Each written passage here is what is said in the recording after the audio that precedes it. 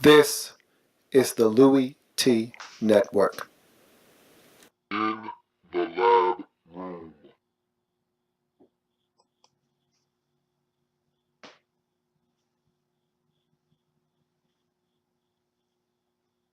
Who else could it be but me, your man, Louie T? Welcome. You are in the lab room. I, of course, am your host, Lou. Thank you for joining me. Trying to work this live feed out, trying to be more efficient as a vid maker. So there's a lot of nonsense going on in the background. As you can see, some pixelation, some noise. Look, I'm going to clean this thing up eventually, but right now I'm just trying to get my product out on the street. You understand how it goes. So, got this live feed up and going. We're talking Baltimore Ravens. We're talking Carolina Panthers. We're talking Steve Smith and blood and guts everywhere, man. And it was exactly that for the Carolina Panthers. Steve knew what he was talking about, man. Steve knew exactly how it was going to go down. You knew how this was going to go. Steve was looking for revenge. He was out for revenge. And revenge, I told you this, is a dish best served ice cold. And you knew Steve was going to be cold-blooded on Sunday versus his ex-mates in Carolina. This was going. I'm just glad this game wasn't in Carolina because it would have got ugly. It got ugly. It would have got ugly. But that's no here nor there. Let's jump into the breakdown of Carolina Panthers at the Baltimore Ravens. Carolina starts this game very positive. I'm talking about an 8-minute drive. They move it down the field. I didn't like how they ended this drive, though. I thought they got very conservative at the end. And what I want to see them do is take the shackles off of Cam. Look, man, I know the man is banged up. I know you don't want to put too much of the onus on him and put too much on his back. He's got some ankle issues. He's got ribs. He's got thumb. He's got many issues going on, a lot of injuries that he's trying to circumvent. But look, he's the guy that's going to take you where you want to go. Your running back position is all banged up. No Jonathan Stewart in this game. No Mike Tobin in this game. You end up losing D. Will. You don't have anybody you can lean on other than Cam right now. So lean on the man. If he's playing, it means he's well enough to play. Let the man throw the football. He hasn't thrown an interception all season long. Let the man throw the football, man.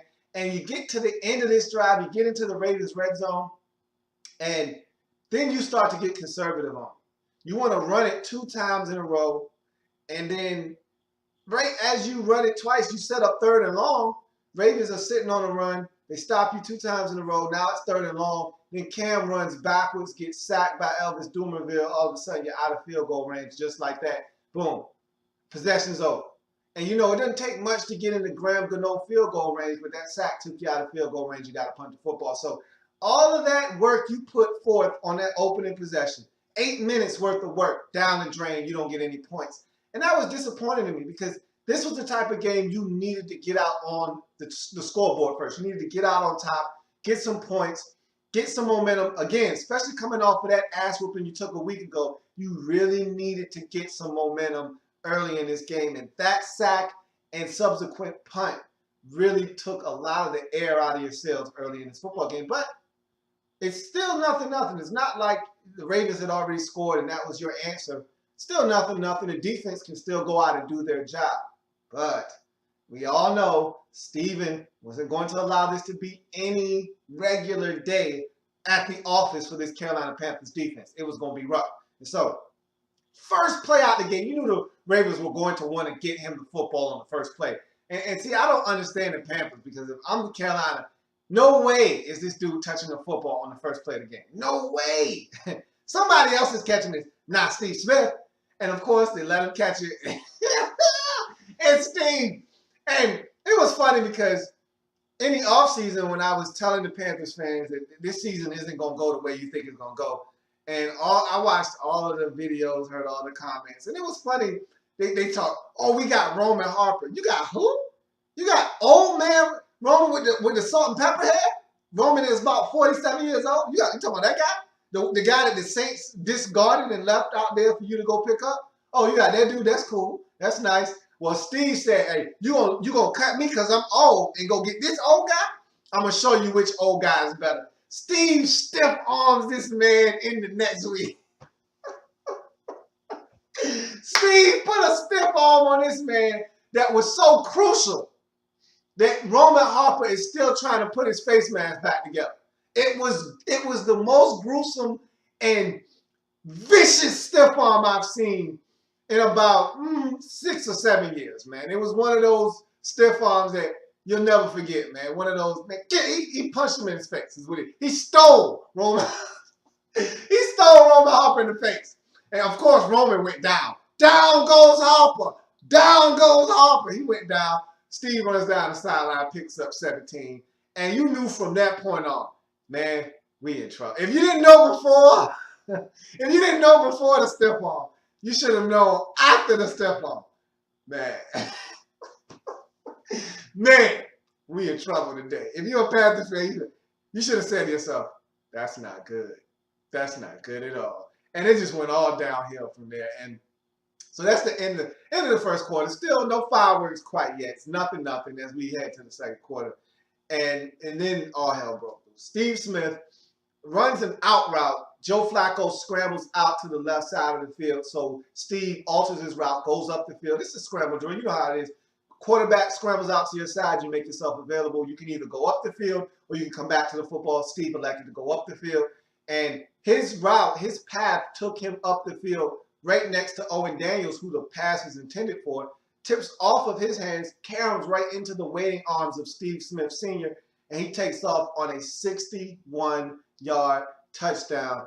And after that happened, I knew this game was over. You know why?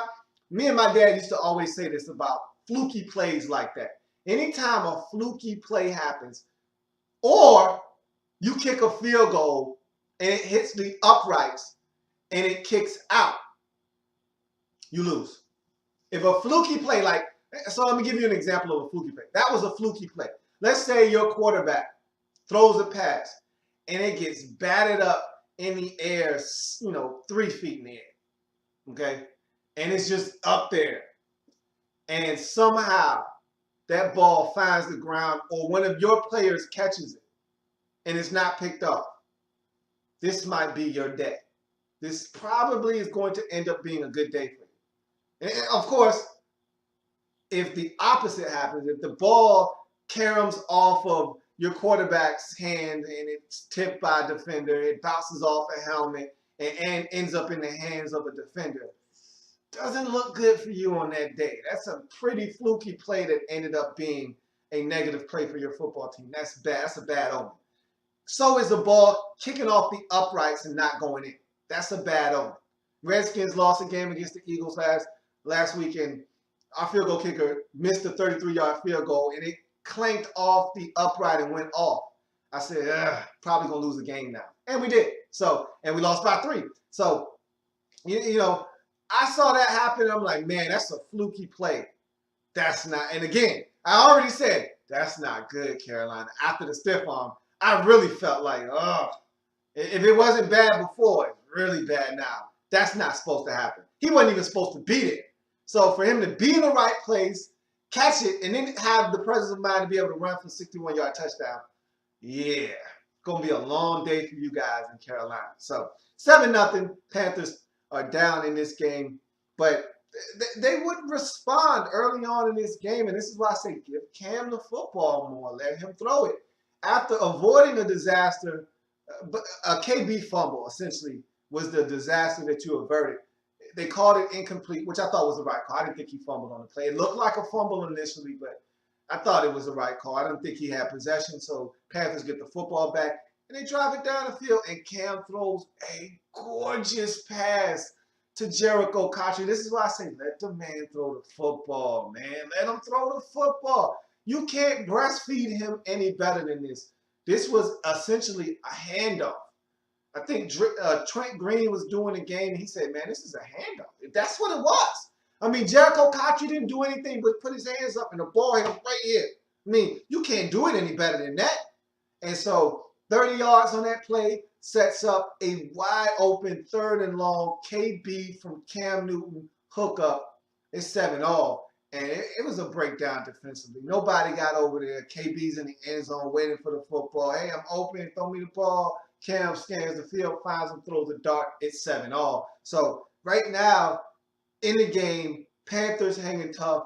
They're able to avoid disaster with the fumble and answer the Ravens score. So settle the crowd down. You get, kind of get some momentum again. Panthers looking for some momentum after that beatdown they suffered a week ago.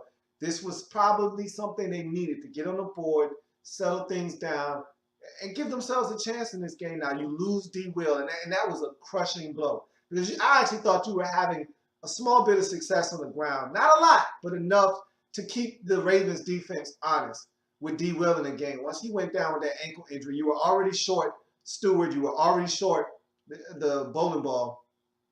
Hey, that's it. You don't have any more backs after D. Will goes down. He just got back, so that was rough.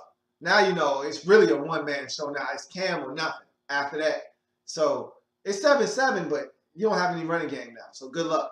You move on. Be more on the move again. If you're a Ravens fan, this has got to stop, and this is an ongoing theme this season.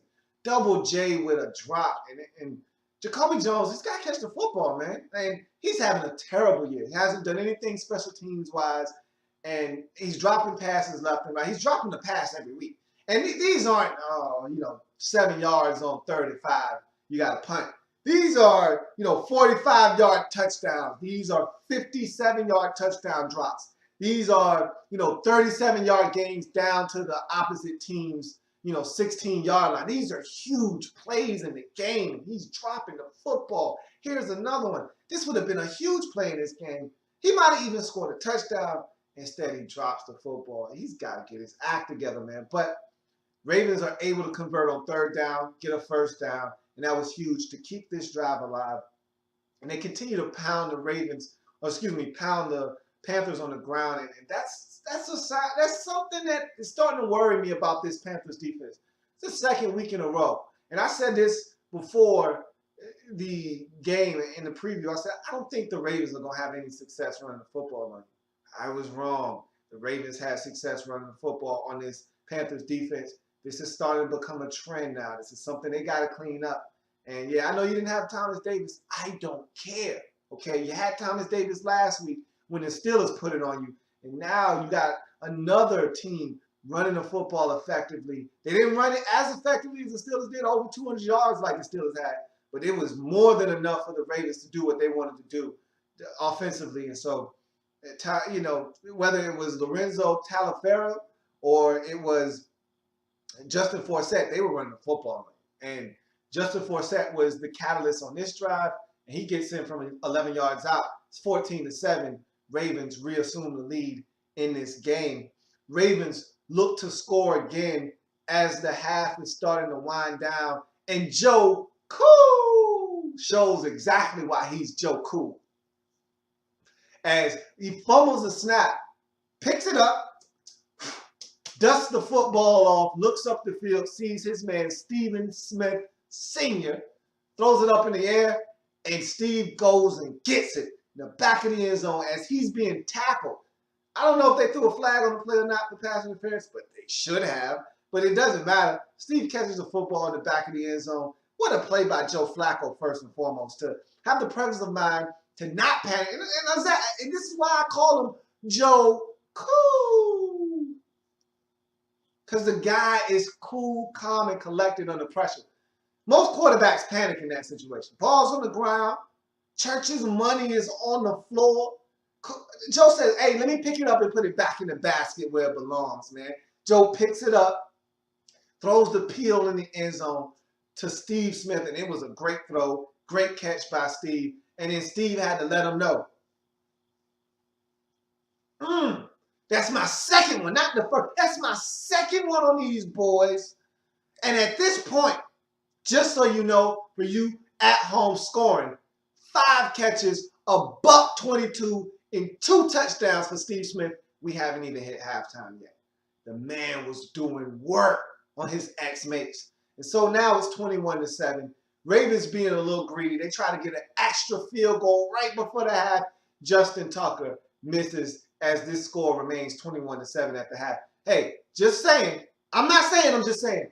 Justin Tucker missed 3 field goals all of last year. Has already missed 3 this season. I'm not saying. I'm just saying. I need Justin Tucker to be just incredible. Right now, he's missing too many field goals. I want the old JT back. That's all I'm saying. That's all I'm saying. So we move on to the second half. 21-7, Ravens on top. Panthers' rough day continues as the D forces a 3-and-out. This seems eerily similar to last week. The defense forces a 3-and-out. Remember last week against the Steelers? You forced a 3-and-out, or excuse me, you're forcing them to kick a field goal. And Horton jumps offsides, encroachment, gives them a first down. They end up getting in the end zone. And to me, those are the type of plays that are back-breaking. So this week, little different scenario. This time, you force a 3-and-out out of the gate, out of halftime, which is exactly what you need to try to get back into this game. And what does special teams do? 12 men on the field gives the Ravens a first down. And look, Flacco was hot in this game, and he didn't need another chance. You don't want to give a dude this hot another chance because you know what he's going to end up doing. He's going to end up throwing some flames on you, man. And when he's hot, you can't stop it when it's hot. It's hot. And Joe goes out and finds Torrey Smith with that second opportunity for a 25-yard touchdown. It's 28-7 now. Your back is just about broken after that one. That one hurt. That one stung a bunch. So now you're down 3 scores in this game. You take the football down the field. You start moving it. You start trying to, because again, we're only early third quarter. I mean, it's not like this game is midway through the fourth and you're down 3 scores. We still got plenty of time for you to come back if you're going to make something happen. But this is the type of day it was for you. Incompletion to Kelvin Benjamin. And then after that, you got Cam muffing a snap. And you got to settle for a field goal. And so, I mean, a field goal isn't going to help you when you're down 21 points. It's not. So you kick your field goal, you're down 28-10. Ravens get the football back, and they just continue to gash you. And you just couldn't stop them. They move it right down the field. And Lorenzo Taliaferro gets in the end zone from a 1-yard touchdown. It's 35-10. The game ended up 38-10. As the Baltimore Ravens obliterate the Carolina Panthers. This one's for Steve. This one was for Steve. They wanted it for Steve. Steve wanted this one bad. He may not have said how bad he wanted it, but he wanted it bad. And he got it in a big way. Couldn't have went any better for Steve Smith, to be honest. I mean, he had a huge day. He had a huge impact on the game. He made a statement, 2 touchdowns, got to dance a little bit. Got to do whatever he wanted to do, and they won this one going away. Wasn't even close. And he got to rub it in the face of this ex-team that you could have had me. And it was funny. I was trolling Panthers fans on Twitter, and I saw the same kind of theme and the same sentiments going around. Why couldn't we have had KB and Smith?